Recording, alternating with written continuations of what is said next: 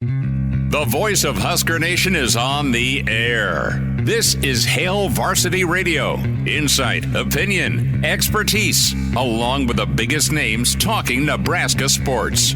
Join in with the show at 402-489-1240 or 1-800-825-5865. Now, here are your hosts, Chris Schmidt and Elijah Herbel. Welcome to it, midweek editions here. It's Hail Varsity. We're powered by Cornhead Lager, Chris Schmidt, Elijah Herbel, and you. Hope you're doing all right. Plenty to get into. That dreaded Achilles heel. What could it be for Nebraska football 2024? And another topic we'll dive into, the sound and the fury of 10th and Vine. Really cool tweet out there that not only goes in depth with some of the craziest moments at Memorial Stadium as we count down to kickoff, but video to go along with it. Kalen Debin, News Channel Nebraska, really fun tweet as he's counting down to kickoff. Quick shout out to Kalen. Had a chance to meet him last week. I know he's a buddy of yours, Elijah. So some of those moments that are memorable, and we'll see if there's more memories made in 2024 for Nebraska. 489-1240 to get in. 800-825-5865. Can dial up along the Hail Varsity Radio Network. Can hear us and watch the show, Hail Varsity YouTube. Like and subscribe there. Check us out on Twitter as well at HVarsity Radio. Give that a follow. And can find Elijah on Twitter at Herbalessence, at Schmidt_radio for me, Chris Schmidt, and email chris@HailVarsity.com. So Mike Babcock going to be with us from Hail Varsity and Hurrdat Sports. We'll talk some camp thoughts with Mike. Also some of the moments he's been a part of with that sound and fury of Memorial Stadium, some of the loudest moments. And in hour two, we're excited, man. We have a Will Bolt sighting. Coach Bolt going to join us at 5:05. Great stuff for Coach, getting the extension through 2029. It's big for Nebraska baseball. So Coach Bolt kicks off hour number 2. Evan Bland with the Omaha World Herald. And then Dr. Brandon Seifert at Jock Doc Wednesday will dive into JJ McCarthy and that dreaded meniscus. You've got your numbers, you've got the email, and check out the stream, Hail Varsity YouTube, if you want to be a part of it. Justin is in. Justin, a humble brag at 3-0 this week. First. So Justin is in. Coach Brandon is here. Jimmy, Uncle Jimmy is in. Arlo also here. Grateful Red is screaming Go Big Red. Dylan is here. Mr. Snitley, Jeff Snitley, part of the Boulder Peace Treaty, says 17 days, ... Jeff is here. KG says here to rock you like a hurricane. Classic 80s tune. The other Dave says greetings from Seattle. Coach Kool-Aid, good to have you. Coach Brandon, Patrick here along with NASCAR Eric. Black Hills Brendan is in. Jack is here along with the real Matthew. And Larry is in. I'm in. Love Monday shows with Charlie and Jaybird. We love them too. Appreciate that. The Husker Steve is here.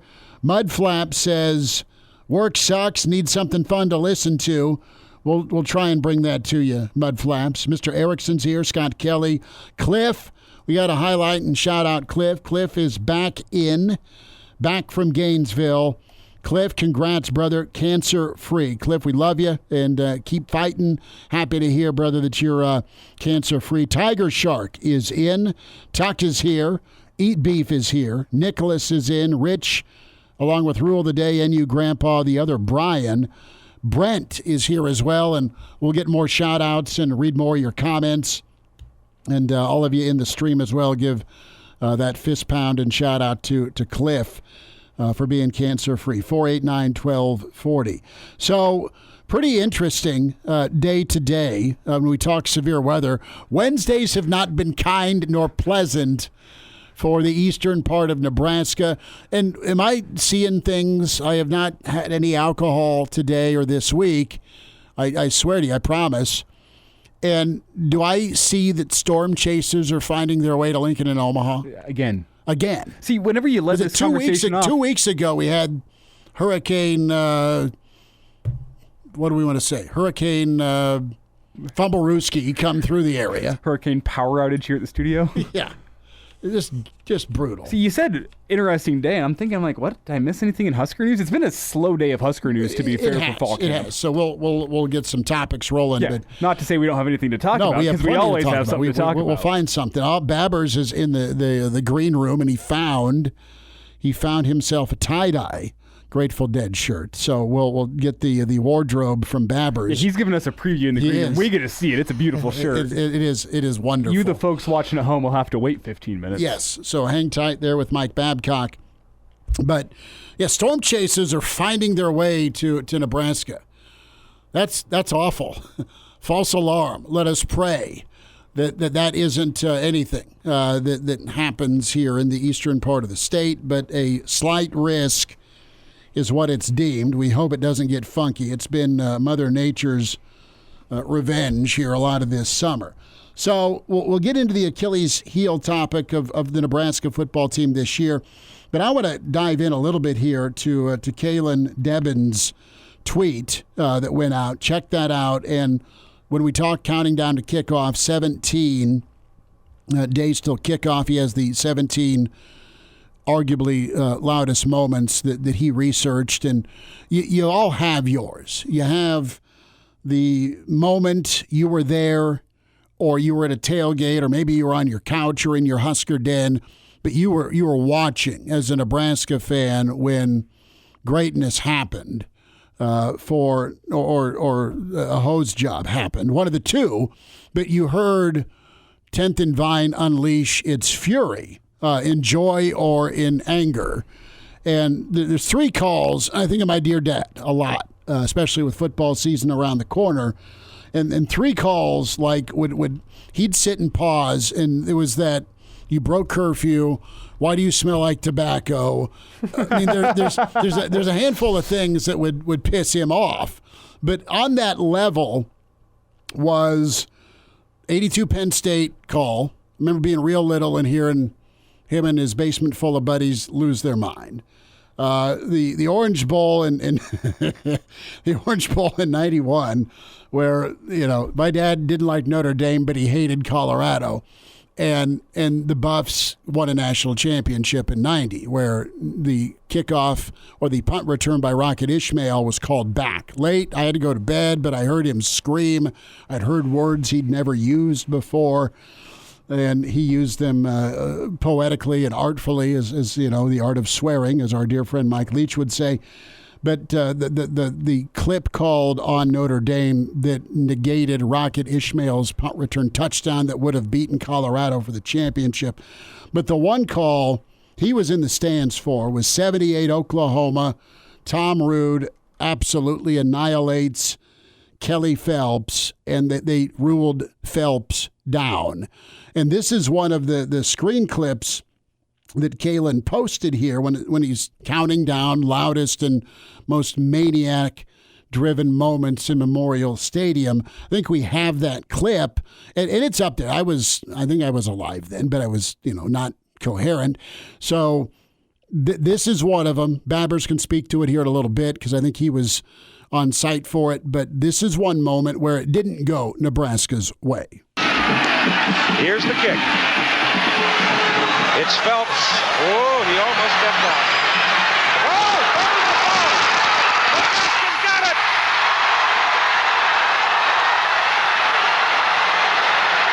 I think they're going to call it dead. They're going to call him down at the 18-yard line. Keith Jackson and 5 endangered species wearing black and white. That was nuts. That was late 70s. That was Good Times. That was Sidetracks. That was Sideburns and Long Hair Baby. And that was the game that you had to have if you're a Nebraska fan. And it that was one of the 9 fumbles. That was probably fumble number 10 that didn't go Nebraska's way. Now, Governor Pillen recovered the fumble to keep Silly Sims out of the end zone. But that moment was nuts. My you know it's rocking at Memorial Stadium when you can barely hear the commentators? Yeah, I mean, and that was old press box. That thing was probably swaying. My moment in time will forever be Alex Henry. Like that will never be topped. A close second was Jadovich's run against Wisconsin in 2015. I think the Henry kick in 08 from 57 is top two ever loudest moment. I think Janos is right there. I think Janos is louder than the Hail Mary with Ron Kellogg and Westy. I got them all pulled up. We just want to compare? Let's do it. Let's do a little Pepsi challenge here. But my moment's going to be that Henry kick. And again, this goes back. We're counting down kickoff. Kalen Debin with News Channel Nebraska put this tweet out. Pretty good stuff. And it's always going to be Henry, Ron Franklin, the late great, on the call. Let's see. They're going to put it down, at the 47-yard line. So if he were to hit it, it'll go in the books as the longest in school history. This is an attempt of 57 yards. Does he have enough? Is it long enough? He got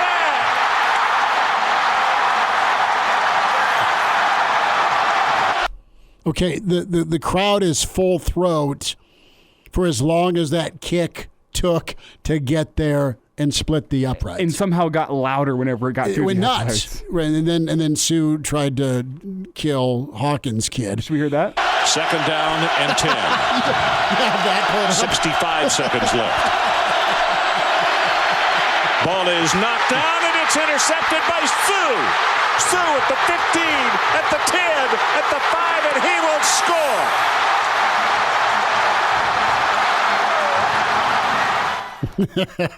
They didn't cover, though. I think they were favored. Well, it was a 2-point game. It was a 13-point spread, I think, that Friday. And they didn't cover, but they were close. This is mine. We did Henry's kick, but Jano, I was on the sidelines for the Hail Mary. I was at the wrong end zone for that. But that place was bananas. I was in the press box for Jano's run here. They give it to Janovich, and he powers for a first down and more. There goes Andrew Janovich.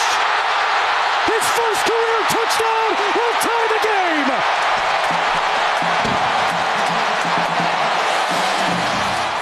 game. It was Wisconsin. It was a fullback that did it. There was time to slay the Wisconsin Badger, and the heaviest kicker on record got a mulligan, and Gaglione at the buzzer did it in. Yeah. Do you have one, dude? Was it that Henry kick? Westerkamp's catch. Was it so you think Westie's was the loudest? That I've been there for. There's been some loud moments that I wasn't in attendance for. Like I remember being in my dad's backyard whenever Prince Mukamara picked off Oklahoma in 09. That was a slugfest defensive game where Nebraska needed a play like that to go win. Mukamara gets the pick and takes it down, I think, to the 1 or 2 yard line. Nebraska punches it in, and they win that game. That was a loud one because I could hear it from my dad's backyard. Probably 2 miles from the stadium. You could hear it loud and clear. Just the crowd roar. And you could hear it before the TV broadcast. You know something's about to happen. Something good was going to happen. So that one's up there. But in terms of the games I was in attendance for, it's got to be the Westerkamp Hail Mary catch. Oh, let's get that actually potted up. Final play of the game, unless there's a defensive penalty. Look for a hook and ladder. No. Hook and lateral. No. Gotta get rid of it. Throw it up there. Kellogg's throw. It's going to be tipped and caught! It's caught! It's caught! It's a touchdown, Westerkamp! I'm being swayed now. We're playing Husker Great Moments American Idol here. Chuck Long's like, hurry the hell up. I got happy hour appetizers to polish off. Just got to get rid of it. Got to get rid of it. He had all day to throw that thing. Need to get to the apps. Pretty good. And was it, I think it was from the radio call of that one. Was that the Let's Party on O Street? Or it's a party on O Street or something That like was that? Matty D telling everyone to go to the gate 25. Yeah, I think that was that call, if I remember correctly. Snuck that one in. It's a party on O Street tonight, baby, or something like that. Yeah, no, I mean, the radio call was awesome with Greg Sharp and Matty D, and yeah, I mean, we snuck in the gate 25 reference. Matty D might as well have said, "Drinks on me tonight." No, I don't think he went that far, but he just helped direct traffic. Helped direct traffic down to his spot in the rail yard, which was good. So we'll talk about some of these loud moments as countdown continues with Nebraska football. Will there be any moments like that this year? Oh, dude, it's going to be unhinged, that first tunnel walk. Whatever you think of the tunnel walk, whatever you think of the music, I'm not trying to rewind and go back to dog days of off-season with no football, but you're going to have all sorts of excitement. This town's going to be painted red 2 weeks from Saturday for the opener, and then we'll see. We'll see if Coach Prime and the Buffs Saturday night affair under the lights at Memorial Stadium rivals any of these sounds we played you. We'll get into the Achilles heel topic. Yeah, we will. If there's any sort of like close game or big play moments against Colorado, I think we're going to get a new contender on the top 17 list. Yeah, it could shake the place for sure. Snitley, Jeff chimes in that Miami game was loud all game long. There was some special hate in 2014. We'll get Skylar's comment. Good to be with you on a Wednesday. It's Hail Varsity, powered by Cornhead Lager. And now, back to Hail Varsity Radio. Thanks for spending time at Hail Varsity, powered by Cornhead Lager. Mike Babcock with us at MD Babs on Twitter with Hail Varsity and Hurrdat Sports. Get his bi-weekly newsletter with Hurrdat Sports. Mike B at hurrdatsports.com is where you can send an email, and it'll get sent out to you twice a week. Good stuff on Big Red football. Babbers, how we doing? I love the tie-dye. We do the wardrobe update every Wednesday. Last week was a white Grateful Dead t-shirt. This one's got a little we'll say Heisenberg blue. And a little purple to it. And as Babbers backs in his office chair, if you're watching on the stream, Hail Varsity YouTube, it is colorful and beautiful, Babs. You say Heisenberg blue. I would have said sky blue. That's also a fitting description, but you went straight to If you know the color, you know the color. Love the shirt, Babbers. What tour is it associated with? I don't think it's associated with one. I think it's just I had to do some digging to find it. People my age are not supposed to walk around wearing shirts like this. You just walk around wearing that shirt anytime you want, Babbers. It's representing. You've caught a little bit of this first segment. Skylar chimes in on the stream. Skylar was in the band with Westerkamp's catch in the Hail Mary 2013. That was unhinged. That was loud. Skylar got somebody to do a solid for him and go play in the band for volleyball ahead of time so he could stay and watch the end of the Nebraska Northwestern Hail Mary in 2013. They still hate me for it. I can imagine leaving early to miss that moment. We've played a few of them. Again, shout out to Kalen Debin with News Channel Nebraska. He's got his 17 loudest moments, that kickoff, that countdown. I've had a few mention as well was the moment where Crouch made the catch, and then the way the crowd reacted after 9/11 with the first responders coming out. Is there a game or a moment that the place shook for you? There's many, but top. The Hail Mary catch, it's hard to deny that as a moment. And I've seen a lot of games, so it's, I saw the Oklahoma game in '78 when Nebraska Tom Rood made the hit and Nebraska didn't get the fumble. I was at the Penn State game when, if there'd have been instant replay, that thing would have been turned over and Nebraska would have won the game and probably played for national championship at the end of the year. I'm thinking, again, there were a lot of them, but was it 82 when Strasburg intercepted a pass against Oklahoma and they tore down the goalposts? And Devaney said something about, well, if we only tear the goalpost down every 25 years or so, it's not a big deal.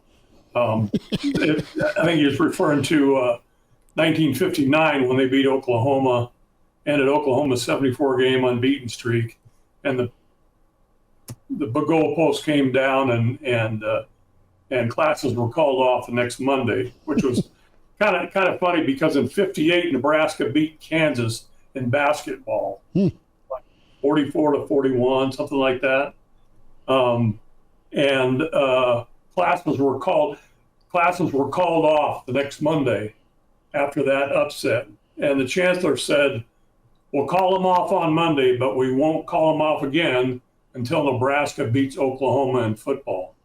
And a year later, Nebraska beat Oklahoma in football, snapped that 74-game conference winning streak. I wasn't at that game. There was probably excitement there. Yeah, I would say so. The Hail Marys up there for sure. The Janovich run is there, and then Henry's kick. Were you on the sideline for that one? Yeah. Henry's kick. That was pretty remarkable. Finished that. What a great place kicker Henry was. We were just starting to learn that with him. There was I remember in '79, Randy Schleusner, a guard, ran the fumblerooski for a touchdown. I think that was pretty. I think that was the first time. Can't remember. John Habakosh ran the fumblerooski in the same game. He didn't score a touchdown. He was the other guard, but that was a pretty big deal. I remember an Oklahoma game. It was either '79 or '80. Jarvis Redwine had a long run for a touchdown, and as he's getting near the goal line, he kind of turns and points at the Oklahoma defenders chasing him, and drew a penalty for it. The touchdown was good. And the funny thing was that Oklahoma did that stuff all the time. That was Oklahoma's. That's just the way they did it. And afterward, one of the Oklahoma defenders said, "Well, I don't know if you should be doing stuff like that." And then Jarvis the next week had to run stadium steps or something, do push-ups or whatever under the gaze of Mike Corrigan, who did not go for that kind of thing. But there was excitement when he ran that touchdown. And I think there was excitement when he pointed at the Oklahoma defender because Oklahoma had done that so many times in Nebraska. But Nebraska didn't do things like that. You weren't allowed to do it. You paid the price. I'm surprised it's taken us 30 minutes to get here, but were either of you guys in attendance for Nebraska-Oklahoma Black 41 flash reverse to Crouch? I was just out of college, and that was pre-media entrance. So I was watching it kind of by myself. Yeah, I was going to mention that, Elijah. That was the one that another one that came to mind was that Black 41 flash reverse pass. Anytime you can pull off something like that against Oklahoma, right? That's a good thing. Mike, going to dive in to the Achilles heel portion. Elijah and I will get into this here next segment, but we obviously know it's turnovers for Nebraska. Getting and losing turnovers will determine close ball games.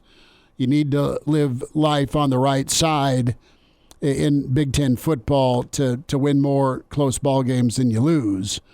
That said, if you were to circle a unit or group, and that's what's cool about football, it takes everybody. But if you were to look at an Achilles heel for this team going into 2024, do you look at the offensive line? Do you look at the secondary? Is it possibly a freshman quarterback? Or is it the kicking game that would be that Achilles going into this season? Well, that's a tough question because, everything you've heard in media availability, I mean, it's all positive, and there doesn't seem to be any area where they don't have at least talent. That's the thing that you consider first. And, place kicking, Buscemi is on the Ray guy. I guess he's not the place kicker, though. Alvano's been a little bit banged up, but he's coming back. I don't really see an area that I would call an Achilles heel going into it. beyond being able to take care of the ball, whoever's responsible for that, because you've got to be able to do that. And as on the flip side of that, you've got to be able to create turnovers in order to be successful, I think. And so, where does that, on whom do you place that?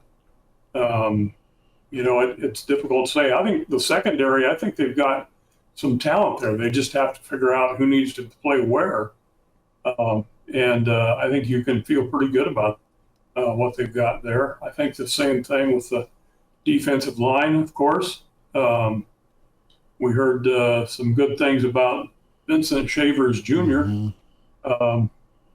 which, there's some depth there, obviously, if they're talking about him. He's not a first-team guy. And, he probably will play as a true freshman, I would guess, maybe on special teams primarily. But they rotate guys in there. He's possible. So it just speaks to the depth that they have, I think, or the potential depth that they have, I should say, in that area, linebacker. So I don't see the defense being a problem. Everything seems to go back to the offensive line on offense.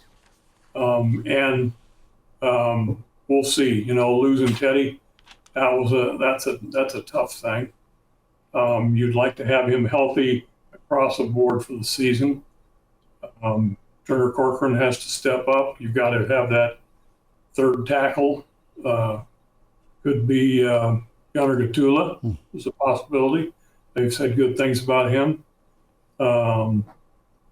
So I think the offensive line is going to be good, but I guess if I'd have to pick one area, that's just there's enough uncertainty there still that I'd include that. But you got Ben Scott, you got Bryce Benhart, Mazuka is apparently playing pretty well. Evans playing pretty well. But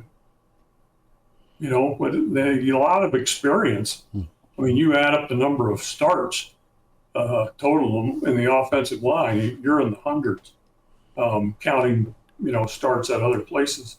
Mike, we have experience. Mike, we have an interesting thought here from KG. I want to get your thoughts on. He says, honestly, from what he's seen, the Achilles heel could be rules clock management. It bit Nebraska against Wisconsin last year, bit him against Maryland. You could argue it bit him against Iowa. What say you? Could that be an Achilles heel, Matt Rule, his game management, his clock management? Well, that's a good observation. You're paying attention probably more so than I am about stuff like that. But potentially, I guess. But again, I think that by and large, what I've seen is fairly good game management by the coaches, and we'll see. But again, I've said this over and over and over again. This time of year, anything's possible because they haven't stepped on the field yet. So. We'll see where they go. Babbers, real quick, what's coming up with the bi-weekly newsletter with your work and with Hail Varsity and Hurrdat Sports, bud? Yeah, the one that just came out was the Missouri game in 1990. Nebraska scored on its first touchdowns on its first 5 possessions, and 11 of its first 13 had scored. And beat the Tigers fairly soundly. Then coming up, I wrote some stuff about Shavers and James Williams from the interviews yesterday. That'll be good. Shavers could be a wow guy as a true freshman. James Williams was good stuff at the podium yesterday.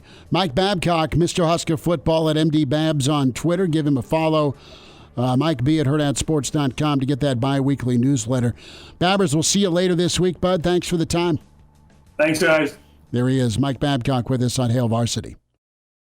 Hail Varsity Radio is live. Now, back to Schmitty. Schmitty's a great guy, but he don't have a brain. And Elijah. You want me to speak? When I point at you, yeah. On Hail Varsity Radio. Well, some debate in the stream, Hail Varsity YouTube, when it comes to clock management.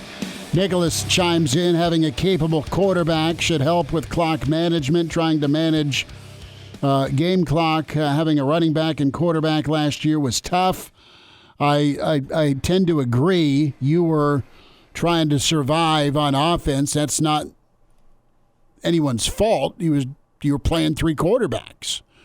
And you really ran the option well, or you ran the quarterback well. That was the strength of the offense. That's what you turned to, as the guy you did bring in wasn't up to snuff. So you had to go to the bullpen, and Nebraska turned it over a lot when it came to trying to throw the football. That's one of the first things Rule said. It's got to be better at throwing the football. They're going to prioritize running the football, but be able to throw it.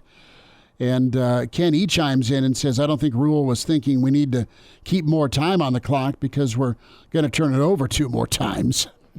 Well, that's you let it rip. If I've got to pick my Achilles heel for Nebraska football this year, going in, could be totally proven wrong. It could be a great year of punting, a great year of kicking, but that is going to be it.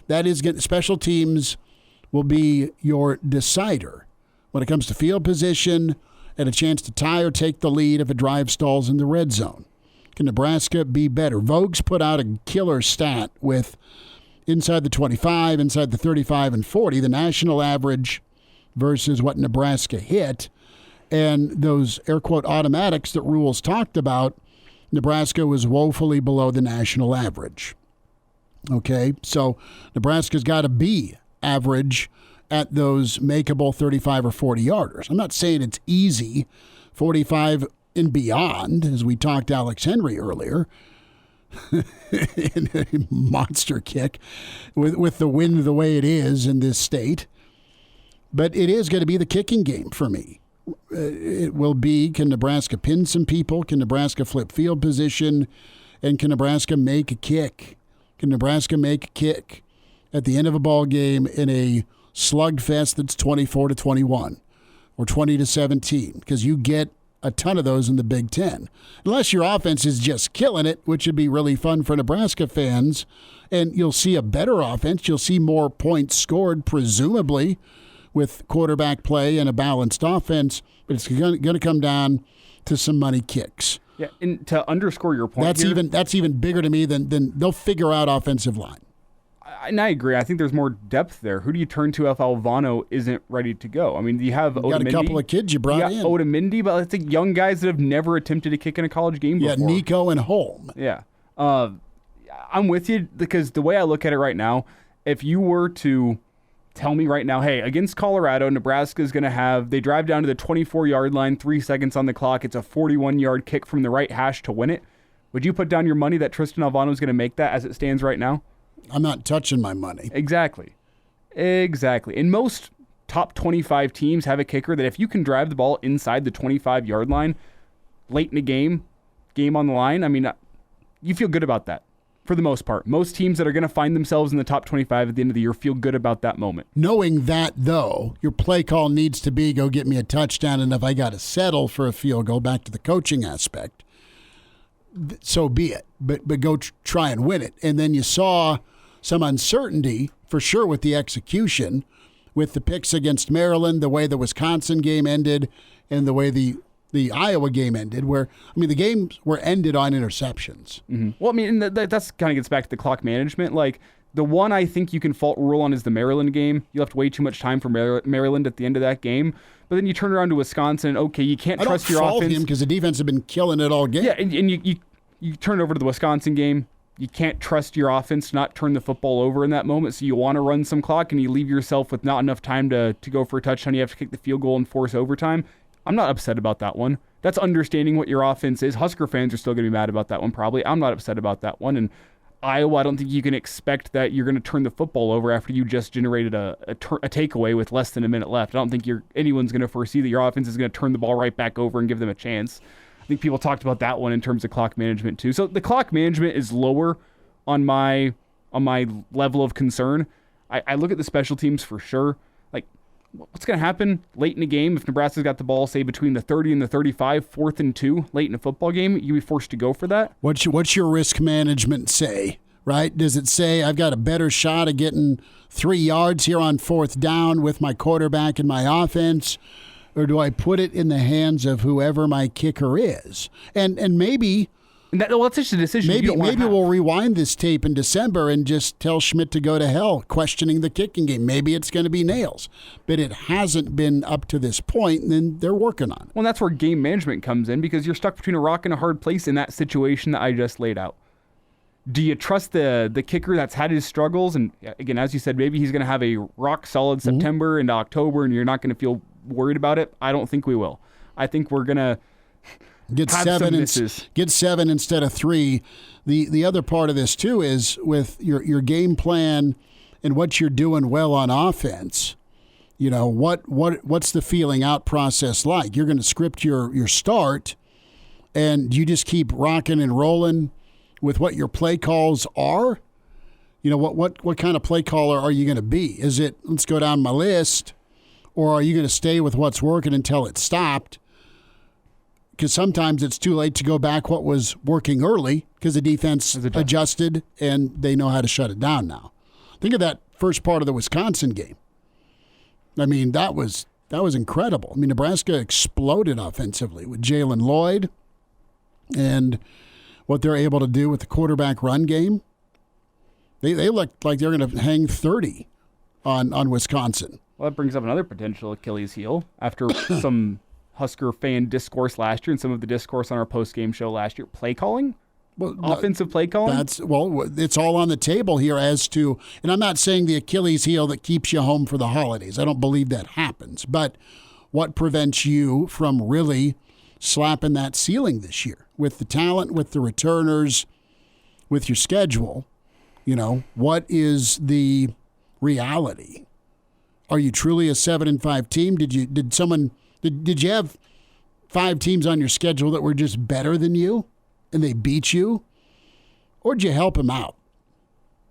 And people might say we're being Debbie Downers with this segment. I don't think. No, it's a fair question. It's a reality. It's a reality that a lot of college football teams, the difference between 7-5 and 9-3 or 10-2 is little things. Is 5 plays.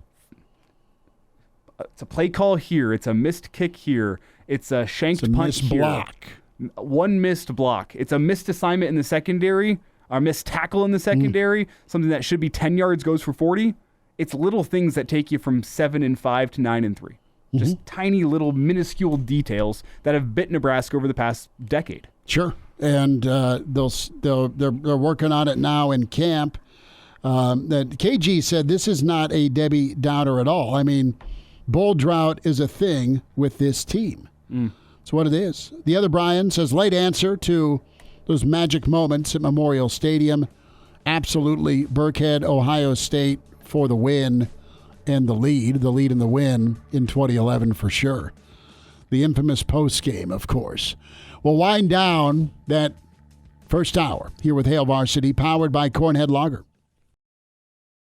And now, back to Hail Varsity Radio. We'll continue the Achilles heel discussion. Evan Bland coming up at 5:25. Will Bolt joins us here in 10 minutes. Head coach, Husker Baseball. Good for Coach Bolt, that extension. We'll talk some Big Red Baseball, a chance for you to get signed up and go golf with Coach Bolt and company. Some NIL 1890 love coming up here the 23rd. Nicholas chimes in, says, I would give up a kidney to have Alvano and Buschini kick at the level of Henry and Fultz. Yeah, God gave you 2 for a reason. We don't advocate negotiating that trade with anything.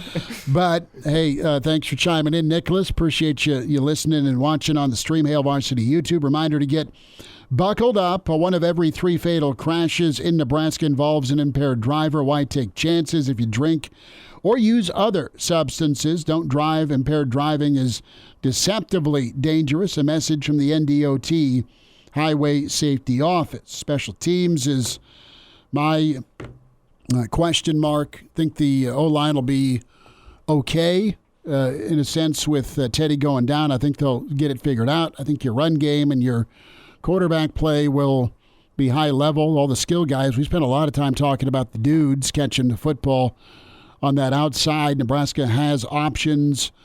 You have proven talent for sure that are ready to eat raw meat on that front seven, or dare I say front six. So it's set up. We will dive into some interesting point spreads that are out. We'll get there tomorrow. But we'll reset this tomorrow, but where'd you get these point spreads? Where did our source get these point spreads? I plead the fifth. Okay. Not any place over the table with gambling. Okay. You should say. Okay. Yeah. But there are early lines out. Yes, there are. There are early lines out. You never know with these lines whenever it's not backed by the full weight of Vegas. They don't look awful. When it's not backed by the full weight of Vegas, like, they're not perfect, but they all look about right to me, and I think somebody in the know is probably setting these lines accordingly. But that person may or may not be operating under the federal government's jurisdiction for gambling. You're talking taxes. Mark emails in chris@hailvarsity.com. Has a nickname idea. Might it be too early? But let's label Jalen Lloyd and Ja'Cory Barney the law firm of Lloyd and Barney. Doesn't have the same ring to the law firm of Hill and Hill in the defensive back room. But I don't hate it. Lloyd and Barney. There could be some sort of Barney-esque celebration with Ja'Cory taking a punt or a kickoff back. Barney like the dinosaur? Maybe. What kind of celebration would that be? I don't know. You slap a helmet on Barney and he's running through. I don't know. You have these mascot moments where they run through fifth graders playing tackle football. You've seen the mascot games versus the midget football crew. Where the Indianapolis Colt annihilates people like he's Earl Campbell. Yeah, something like Barney the dinosaur running through the opposing fan base versus children. Are you talking like a Twitter celebration, or are you talking like Ja'Cory Barney, sort of, like sneaking some Barney suit onto the field? No, I'm just talking some sort of animation Barney related. Okay, so not like I was thinking you were talking like instead of a turnover chain, the offense gets a Barney the dinosaur costume to wear after you score a long touchdown. I don't think that would be great. Okay, I enjoyed taking this little mini dive into the mind of Chris Schmidt. No, I was not thinking costumes at all. Will Bolt got paid. Good for him. He got extended. What's up with Husker Baseball? The Headman's next on Hail Varsity Radio. The voice of Husker Nation is on the air. This is Hail Varsity Radio. Insight, opinion, expertise, along with the biggest names talking Nebraska sports. Join in with the show at 402-489-1240 or 1-800-825-5865. Now, here are your hosts, Chris Schmidt and Elijah Herbel. Back into it, it's Hail Varsity. We're powered by Cornhead Lager, Chris Schmidt, Elijah Herbel, and welcome in head baseball coach for Nebraska Baseball, Will Bolt, with us. Coach Bolt, it's been a little while, man, but it's nice to spend some time with you as we're into the dog days of August. How's your summer been? No, it's been great. Glad to be on the show. Thanks for having me on. We had a great summer. Just obviously, if you're not the last team standing, you know, you're disappointed when your season ends, but felt like we had a nice run there and a really good team and a fun team, a team that just showed up and played hard every day and competed really hard. And, you know, when you have talent and you have a group of guys that do that, you got a chance to win a championship. So it was neat to see the boys dogpile. We had some good fortune in the draft. We had a couple of guys drafted in Karen and Sears, which was great to see, another couple of top 10 rounders. Pretty much unscathed after that as far as just guys deciding to come back in the program that were already here, and then some incoming recruits that would have potentially had some options in the draft that decided to forego those to come to college as well. So it was a good summer, and then we're going to get cranked up here pretty quickly with fall ball. Will Bolt with us here on Hail Varsity Radio. You mentioned this team was fun. Winning is fun, but from a personality standpoint, what made this team fun? Well, you just kind of saw a little bit of it, particularly early in the year when we had some of the comeback wins. I think the Charleston weekend where we ended up getting 3 wins on the road and come from behind fashion kind of spoke to that a little bit. Obviously got off to a really, really good start. We scuffled a little bit in April, but then we were very resilient. And that's the fun part, is seeing a group of guys that can bounce back from some disappointments and also not get too high when things are going great. So these guys were just the same every day, and that's what really makes it fun.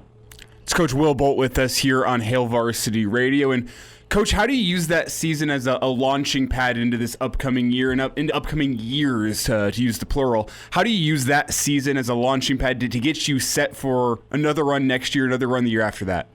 Well, we're kind of in a situation that we have not been in, where we're coming off a really good season where we have a lot of really good players back. In 21, we had a great team and a lot of talent, but we lost a lot of talent, and we were replacing those guys with a lot of unproven talent, and we just didn't have a lot of returners that contributed greatly to that team. That's not the case with this team coming back. We've got 70% of our innings coming back on the mound. Certainly Brett Sears is tough to replace, but I also don't think anybody going into the season expected Brett Sears to, be the Big 12 or Big 10 pitcher of the year. So, we've got 70% of those of the innings back on the mound. We've got 65% of our at-bats back at the plate. And, of course, you got to replace Josh Caron. But you have a good number of guys that have been in the fire in college baseball, have felt the pressure, have now played in front of tens of thousands of folks, and have won a championship together. So that's kind of how you build on the momentum of what you did the year before, but understanding that there's bigger goals that are out there for this group, and that was the message that all of those guys had to us as coaches coming back was, Coach, it was a fun year, it was a great year, but we want more. We want to go to the College World Series, we want to host a regional, and that's going to drive these guys to just keep pushing forward to do that. Another difference, Coach, I think the transfer portal is a little more well-established now in college baseball than it was after that 2021 season. Do you feel that you have a better feel in the transfer portal, a better handle of that than you did a couple seasons ago? Well, I'll say so. I mean, and I was the first to admit we probably didn't utilize it enough after that 21 year to stockpile some older players on that team. This year we didn't really add a lot of players, but we added some quality guys that we felt were really going to enhance the lineup. So I just think it's different year to year. I mean, the roster makeup of this team is entirely different than it was from 21 going into 22. So it just kind of depends on what your needs are for that particular year. But what you want to have is a situation where you don't feel like you're going to the portal every year to have to get 6, 7, 8 guys, that you have enough talent on your team that you know what you're going to get from those guys, that you can kind of just supplement them with some pieces here and there. So I do think we have a better understanding. And like I said, I mean, we probably would have done it different in 22, had given the opportunity, but the landscape is continuing to change, and there's a lot of moving parts that are going to continue to change it. Just as we kind of settle into what it looks like now, it's going to change again in the fall of 25 with increased scholarships and some revenue sharing.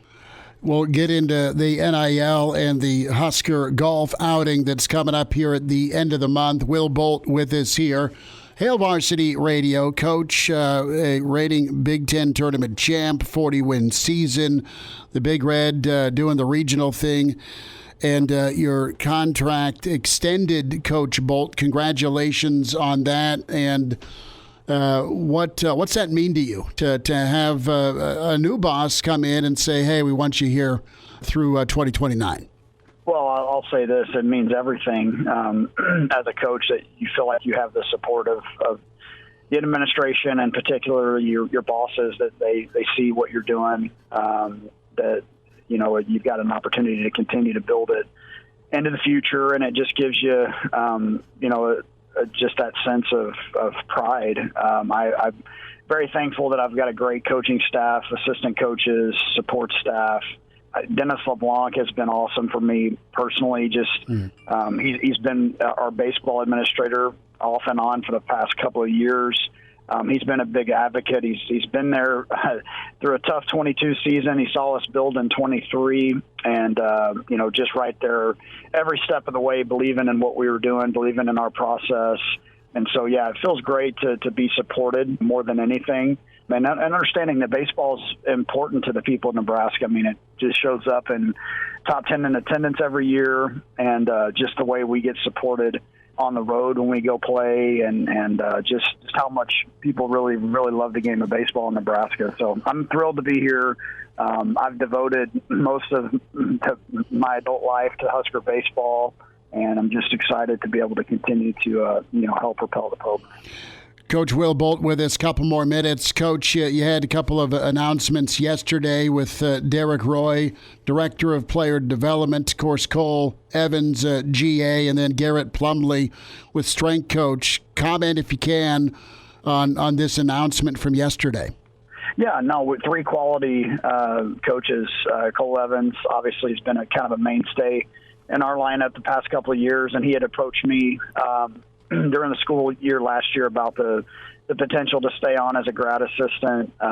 He's a hard worker, and he knows the game, and he just wanted an opportunity to stick around the game a little bit longer and give back to the program. So awfully thankful that Cole's here, because it's always nice to have kind of that gap bridge between a guy that just got through in your program. He can give you some insight, and just to have him around is going to be great. Garrett Plumley was formerly with the AAA Nashville Sounds with the Brewers, working with their team. So he's got a wealth of experience. He's young. He's energetic. He was a grad assistant and intern at TCU, and that's really where it caught our attention. He was highly, highly recommended by the baseball strength coach there, who has a great reputation in the field in college baseball. So excited at what he's going to bring to the program. And then Derek Roy, Director of Player Development. He's going to be more specifically geared towards the pitching side. Coach Childress was excited to be able to hire someone to help out with analytics, data, and just kind of give him some of that background information, and then give him some help on the pitching side of things. So 3 guys that are really going to help us take that next step. It's Coach Will Bolt with us here on Hail Varsity Radio. And, Coach, with those new coaches, we've seen Nebraska's Chasing 3 documentary for the football team this offseason. That's been their offseason theme. Do you and your coaches have any sort of offseason theme for this team? Well, I don't. I just think the goals are just always going to be the same. I've said it since the day I got hired, and it's tough to do. It's tough to be a top 16 team in the country. You've got to have a lot of things go your way. So we're striving to be a regional host, because we know that gives you the best opportunity to get to College World Series. So I wouldn't necessarily say we have a theme yet. Sometimes I think those things kind of manifest themselves as you have new personnel arrive on campus in the fall, and we go through that staging process. So we may come up with something more concrete and specific come January as we get closer to the season. But we're very focused on just taking that next step and just having an opportunity to have a team that can win 40 games, which we did last year. You have a chance to win some conference championships. You got a chance to host, and to be in the conversation to do that 2 of the last 4 years. We know that we're close. So just trust in that process. We've built, and just to continue to do that. Coach, do you like what's coming back from a mixture of young talent and experience? I know some of your young pups performed really well in some different leagues this summer. How do you like the mixture for 2025? Well, like I said, we've got a ton of experience back, and then we have a lot of guys that maybe didn't play a whole lot. Max Butenbeck kind of being one of those local kid, really high on his bat. And, he didn't get a ton of opportunities last year, but he's made the most of it this summer. His team just finished up last night, but he had about a 1,100 OPS and got about 250, 300 plate appearances up in the Northwoods League. So he's going to come back with, a year more experience just by going off and doing that. And so, Case Sanderson played a lot as a freshman. He had a great summer in that same league as well. And then really you've got mostly all of your returning infielders back: Overbeek, Carey, Stokes, Brumbaugh, and Stoney. All those guys return with an awful lot of experience. Silva in center, you got Swanson back and left. So you've got a good group of guys, but we just got to keep getting better. And like I said, on the mound, you've got some guys that are going to need to step into roles: McConaughey, Christo, Clark, Worthley, Will Walsh, a lot of those guys that have logged a lot of innings. We just need them to keep getting better. All right, Coach Bolt. It is golf. It is August 23rd. It's Woodland Hills. It's tee up for Husker Baseball with you, and NIL opportunities for players, a new era that's a reality for college athletes. That's incredible. Nebraska fans love Nebraska. They love Nebraska baseball. How is Will Bolt at golf? Well, I'm about a 10 is my official handicap, and I've logged 4 rounds this year. So I don't know how accurate that is. I've only played 4 rounds of golf. I don't get to play a ton of golf, but I do love to play. I will be there on the 23rd. Appreciate Ben and Budenbeck and some of the other parents and 1890 for putting this event together. So I will be there. I'm excited about it. And really, these opportunities that are there, I mean, we have 11.7 scholarships to spread out to 32 baseball players. So really, this NIL piece for us is less about putting money in the pockets of our players and more about helping them pay their bills. And so this is it's a big opportunity. Would love to have a great showing on the 23rd for the golf tournament, but we're excited about it. Woodland Hills again, the 23rd, tee off 2 o'clock. I think we posted on Twitter when we talked to Ben with the tee up for Husker Baseball, 1890, of course. And best part of your golf game is what? Is it the tee box? Is it the approach? Is it the green? I got to ask, because I'm going to ask barbecue next. So I got to get the golf out of the way. Well, I lose a lot of strokes on the green. I can tell you that. You and me both.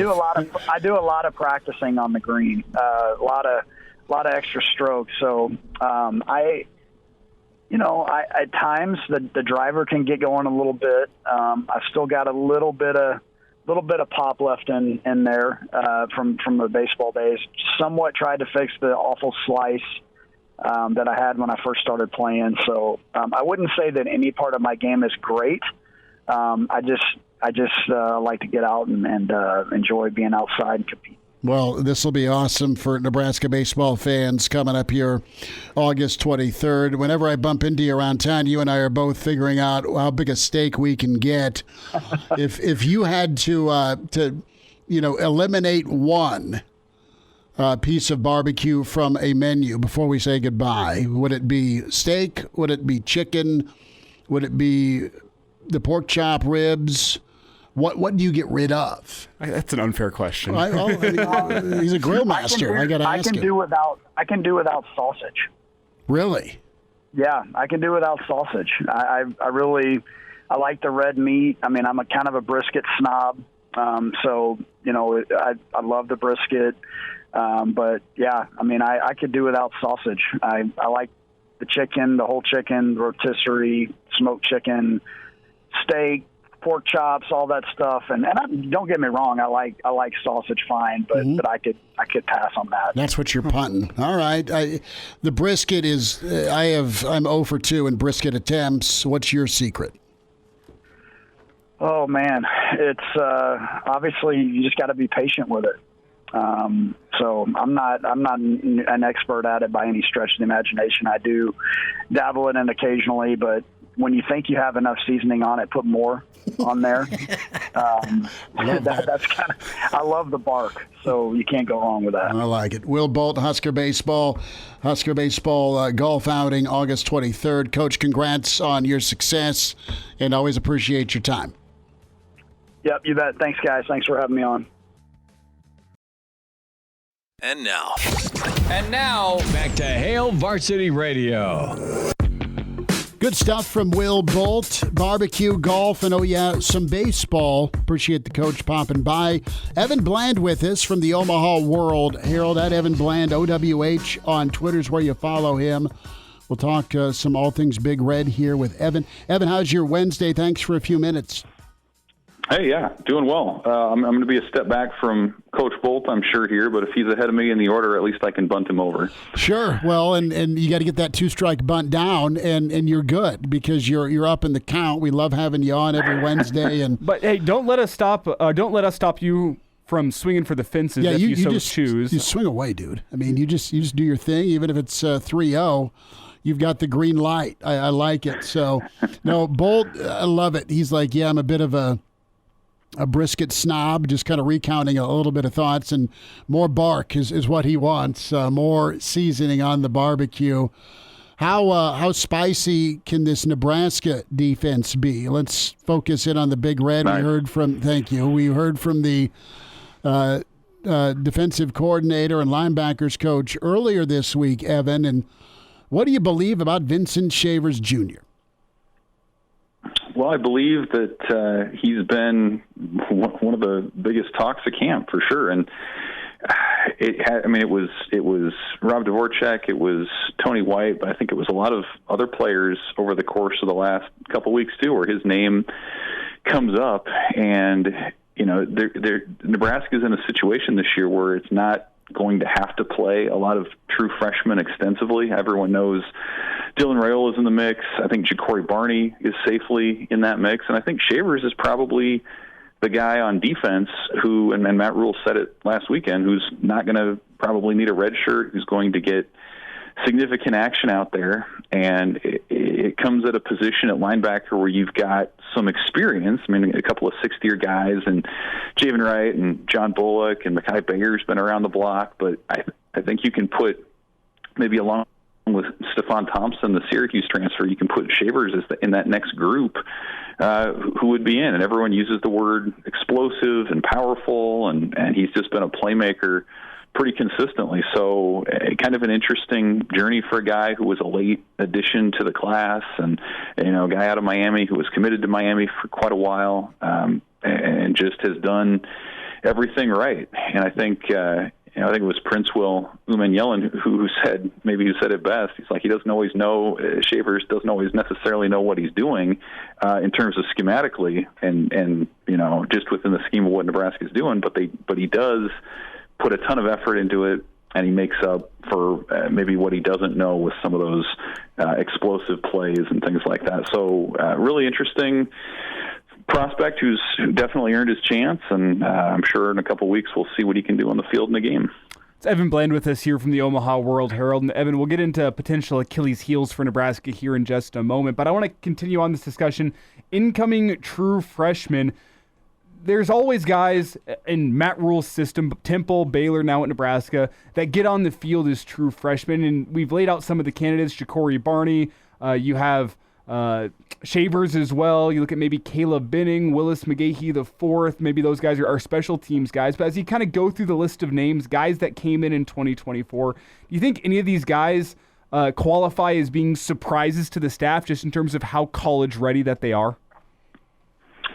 I mean, I think you could put Shavers on that list. I mean, he was a late addition. There was no guarantee. It's not like he was a high 4-star type prospect. I mean, he had a lot of the intangibles and the measurables too, but I think he's earned what he's done in the offseason. Carter Nelson would be on that list as well. I don't know how shocking it is that he's in the mix necessarily just from a physical standpoint, but you also have to consider with him that he was a summer arrival, and he's a kid who played 8-man football his whole high school career. So he has more to adjust to in a more condensed time period than a lot of guys in his position. So I think the fact that Nebraska thought so much of him to move him to receiver from tight end so he could get on the field right away is definitely notable. I think you can look at the defensive back position a little bit. You hear names like, Mario Buford's come up, Larry Tarver a little bit, Amari Sanders.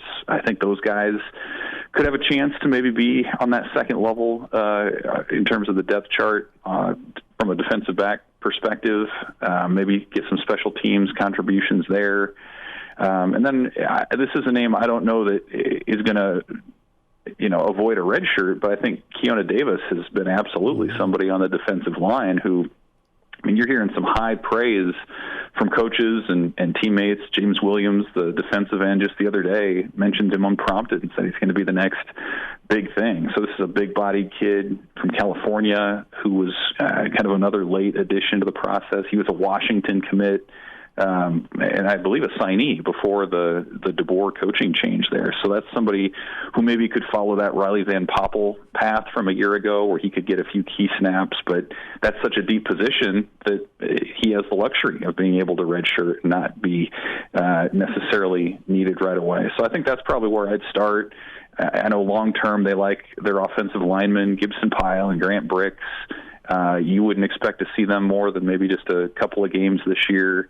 And then I think some of your skill guys, too, whether they pop right away or not, are also pretty high upside guys like, Keelan Smith was somebody who's gotten some mention as well. So it's a strong freshman group. It's one that I think in another year for Nebraska, like 2 or 3 years ago, maybe more of those guys would play out of necessity. But just with the depth that they're stockpiling, that number's pretty small right now, and I think it allows Nebraska to bring them along a little bit more intentionally, because of that. Evan Bland with us, Hail Varsity Radio. Pretty good eye for talent from this staff to go get these guys, then get them ready, deem them ready to play, and then give them a shot, right, Evan? Get them engaged and then go sink or swim and see if you can help contribute. And it's an abundance, and it's been a while. Right, and Lloyd's the example, Lenhart's the example, Princewell's the example, Van Poppel's the example. You have good examples from a year ago, but you have more numbers now. I want to flip over to a topic we hit on in hour one. And is there a position group that could be the Achilles heel to Nebraska 2024? And we're not talking home for the holidays or 6-6, but I'm saying, what could keep Nebraska from truly touching that ceiling this year? It's almost like a process of elimination, I think, when you play that kind of an exercise where it's like, who do you trust most? And I guess kind of work backwards. And, defensively, it's awfully strong. I don't, even at linebacker where you lose Henrich and Reimer, you feel pretty good about what Bullock and Wright can do, and Bayer and Shavers, like we mentioned. Offensively, I suppose you could throw running back in that group, if for no other reason than health or lack of explosiveness. That's something that Matt Rule's brought up a lot, is a lot of these 8-yard runs need to turn into 80-yard home runs. And Nebraska just hasn't had that guy in a while. So I guess you could look at that, but I think special teams probably is the one where there's just been inconsistencies with punting, with field goal kicking, even kickoffs. You just don't necessarily know what you're getting from play to play. And when you look at the schedule and just the grind of the Big Ten, man, field position is going to matter. Every possession is going to make a difference. And we've seen when special teams don't break your way, that can cost you 2, 3, 4 games in a year. So I think even though they have guys back who have experience in these major games for Nebraska, I just wonder if they can deliver that consistency that Nebraska is going to need, again, where the margin for error every week is going to be so small. Evan Bland with us here from the Omaha World Herald as we get into potential Achilles heels for Nebraska in 2024. And Evan, I want to get your thoughts. What is the baseline expectation for Tristan Alvano in 2024? What standard do you think he needs to meet in order for his season to be considered a successful one? I think you need to be automatic inside 40 yards. That's where I would start. If you can extend that range and make a few kicks deeper out, great. But you don't want to be on the 20-yard line in a 4th and 3 type of situation and feel like you have to go for it, because you don't trust your kicker to be automatic. So, I mean, I kind of, in some respects, equate the kicker to, a referee or an official where you don't want to be talking about them necessarily. You want to kind of assume they're going to do their job. That's what they're there for. The ball goes to the uprights. You get the 3 points, and you can game plan and scheme accordingly to that. So I think that's probably what it's got to be for Alvano, is you can't have those short misses where you pull one or you push one or whatever. And then if you can build on that and extend that out and be more of a weapon from further out, great. But I think, again, you got to start inside and be consistent. So Nebraska is in better position to collect points in these close games. You nailed it. It's unanimous. When you look at the StreamYard, it's a lot of it is either special teams or in-game coaching. And Nebraska, had some moments in tight games with the clock. But when we talk punting and field position, just to kind of wind down, Evan, what are the options? Say Buscemi just has some injury issues or some consistency issues. Does Nebraska have guys ready behind him to kick? Yeah, I mean, they have Camden Cook, I think, the son of Sam Cook, who's the true freshman. He's kind of the other guy in that room right now. And from what we've heard from Ed Foley and in camp so far, I mean, Buscemi has been solid. He was solid in the open practice that we saw generally.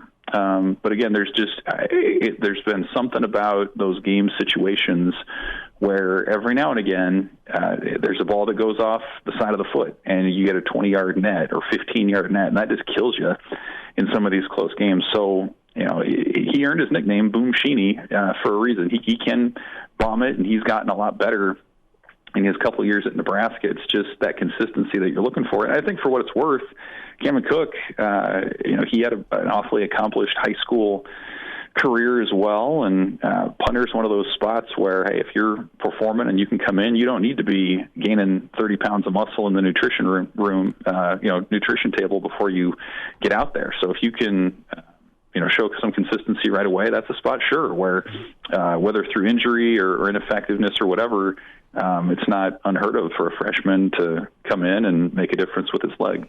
Evan Bland with his Omaha World Herald at Evan Bland, OWH. Evan, good to get caught up. We'll see you later on in the week. Thanks for a few minutes, bud. You got it, guys. See ya. We'll check in. Jock Doc's on the way with Hail Varsity. And now, back to Hail Varsity Radio. Back into it. It's Hail Varsity. We're powered by Cornhead Lager, Chris Schmidt, Elijah Herbel. We welcome in Dr. Brandon Seifert, a Jock Doc Wednesday, Nebraska Orthopedic Center. The power is on, Dr. Brandon, and it's been a while, man. Let's talk a little injury and some NFL preseason. How you doing? Hey, I'm doing great, Chris. How are you doing, buddy? Better? We're getting there, man. I'm feeling good, and I'll see you guys Monday to get a look-see at this left ankle. Ready for game time. Absolutely. Yeah, get you ready for game day.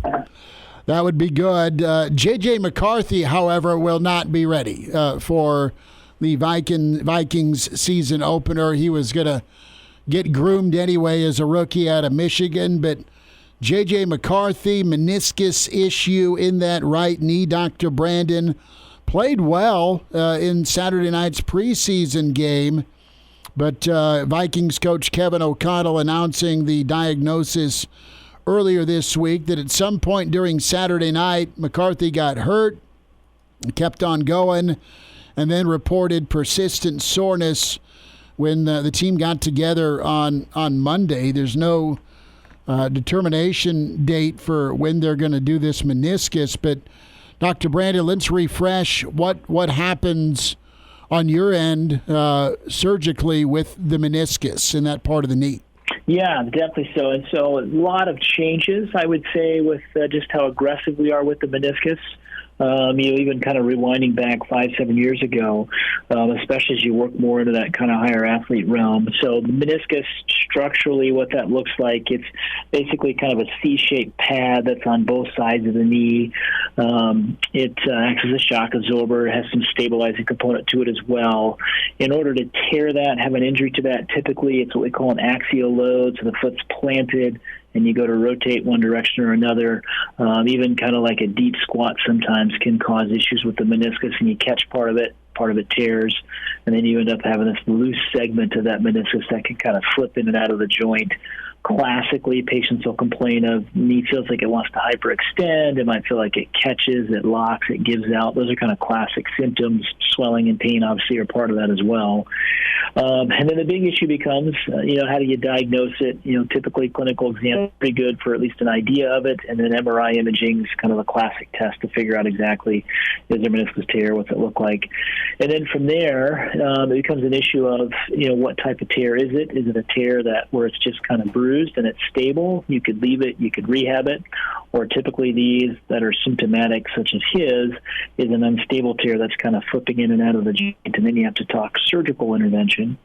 Fortunately with these, it's typically a scope procedure, so it's outpatient, home the same day, not a huge procedure, 2 little poke holes in the front of the knee. But the big question mark with these always is, can I fix it? Meaning, can I put suture in it, suture it back together, or is it one that's, torn bad enough in an area where there's not great blood supply that you can't fix it? Then you just go in basically and clean it up, and they're left with, a deficiency in some part of that meniscus, not the whole meniscus. So, Dr. Brandon, take me through the process here, because it was a case of they didn't think he was going to miss the whole season, but they wanted to see more during surgery. Once they saw more in surgery, they determined it was going to be a full meniscus repair surgery. What can you see during surgery that you can't see during the MRI that would change the diagnosis like that? Sure, and it's a great question to bring up. That is the one thing that's really important. It is oftentimes hard to classify these with an MRI in terms of, is it the right kind of tear? Structurally, how does it really look? Is it still a solid segment that's attached on both ends that you can flip back to the right spot? And then kind of the biggest thing really is, where is that kind of tear located, in the sense of, can I see little blood vessels coming in the backside of that meniscus, which tells me there's going to be decent blood supply, adequate blood supply for that to heal if I try to stitch it back together. That's the part surgically that's really important. So one, the type of tear, how does the overall structure look, and then most importantly, is there good blood supply in the area that you can attempt to repair to see if you can get this to heal, which is really obviously the decisions they made with him and surgeries, that this was in an area that could be amenable to repair. It's interesting when you think about that. So one may ask the question, well, if you just clean it up, is your recovery faster? The answer is yes. You typically can get back to playing quite a bit faster after just a cleanup meniscus. But always the big question is, what does your longevity look like? We'll just talk in athletes here. What's your longevity look like in terms of an NFL career after you've had, say, meniscus clean versus meniscus repair? There was actually a pretty fascinating study done several years ago that looked at that very thing in terms of what is the 5-year longevity of somebody in the NFL who's had either A, just a cleanup on a meniscus, or B, actually had their meniscus repaired. And they found the meniscus repair group actually had a much longer NFL career than those that had a cleanup, which is a pretty interesting study. Top 10 draft pick, quarterback of the future for the Vikings, Dr. Brandon, and it's a long-term outlook. Jock Doc Wednesday here. JJ McCarthy, our topic. Nebraska Orthopedic Center, Dr. Brandon Seifert. So when they look at the procedure to do on McCarthy, and you mentioned the study that was done here, cleanup v. repair, what are the side effects if the repair route is going? McCarthy, when you draft a guy, smart player, good arm, mobile, what's the mobility factor like after a meniscus repair? Actually, they do very well. I would say mobility-wise, speed-wise, cutting-wise, they all can return back to that level. So the return to play level is pretty high. And really the big thing there becomes if it's a straight meniscus repair and it heals well, those folks usually get back and look really good and look pretty similar to what they were before. We've talked before about some of those other kind of extraneous factors that sneak in with these injuries, and those would be things like, did you maybe chip off some cartilage, maybe have some damage to the cartilage? That's the smooth surface on the end of the bones. If you have some damage to that, that does change the game some, just in terms of what your explosiveness looks like, what your longevity look like, how much kind of pain do you have afterwards. Once you start to get into that realm of cartilage injury, then we start to see kind of differences in terms of that final kind of return to play look is like for that player. Dr. Brandon, is a meniscus injury something that is pop, it happens, or could this be a gradual thing where it just gave? Yeah, it tends to be kind of both. You can see both. In our younger athletes, we tend to see more of that just kind of acute injury happens, and then that's kind of just been there. But as you get a little bit older, sometimes you can have a little small tear that starts that may be asymptomatic and then just, eventually progresses over time. Then you have another kind of acute traumatic episode to it that essentially knocks it completely loose.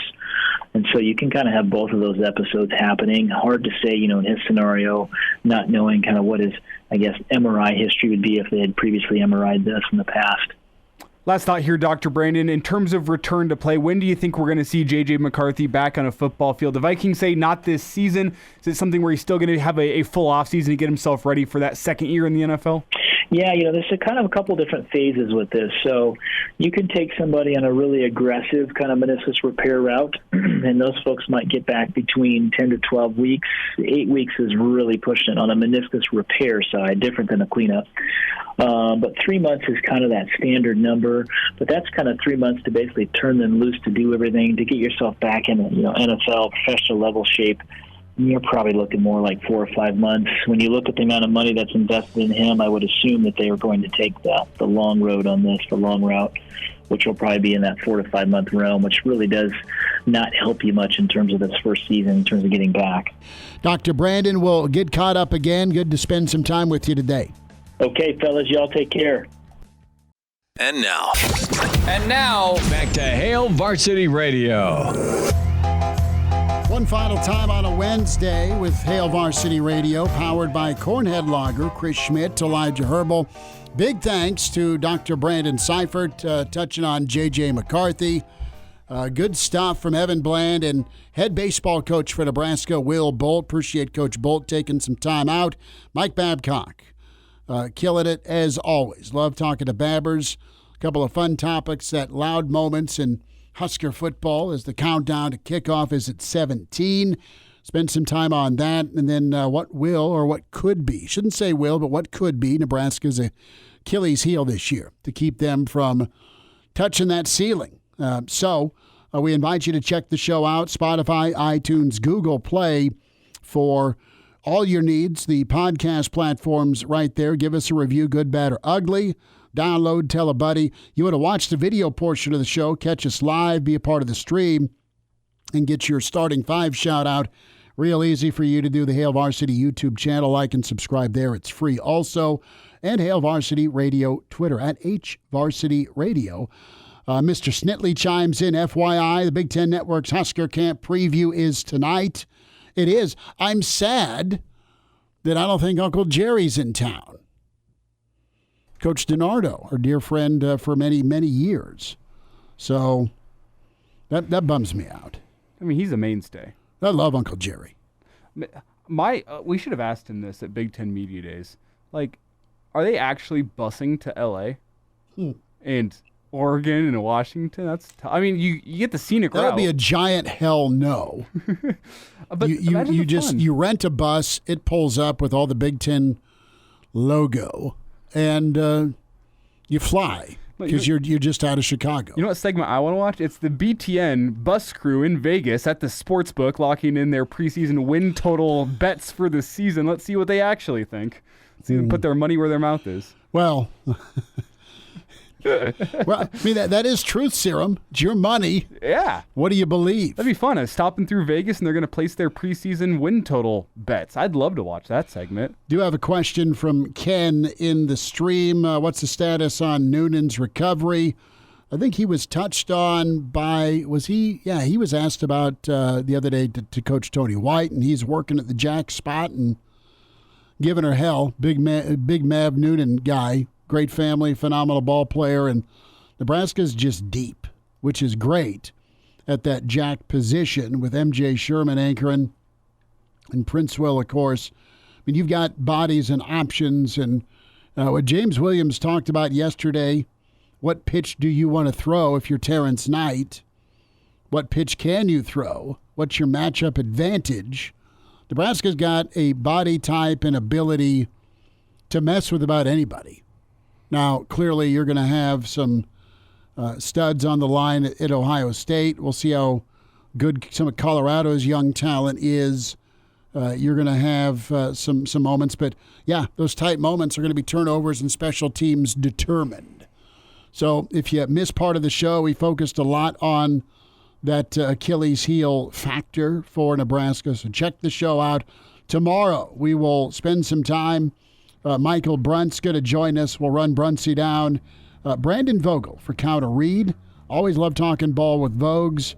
We'll see if we can get a Danny Burke sighting for some gambling, because we're going to spend some time on maybe some unofficial, official spreads that are out tomorrow with Nebraska ball games. And, of course, Gary Barnett with us tomorrow at 4. Thanks for tuning in. Back tomorrow with Hail Varsity, powered by Cornhead Lager.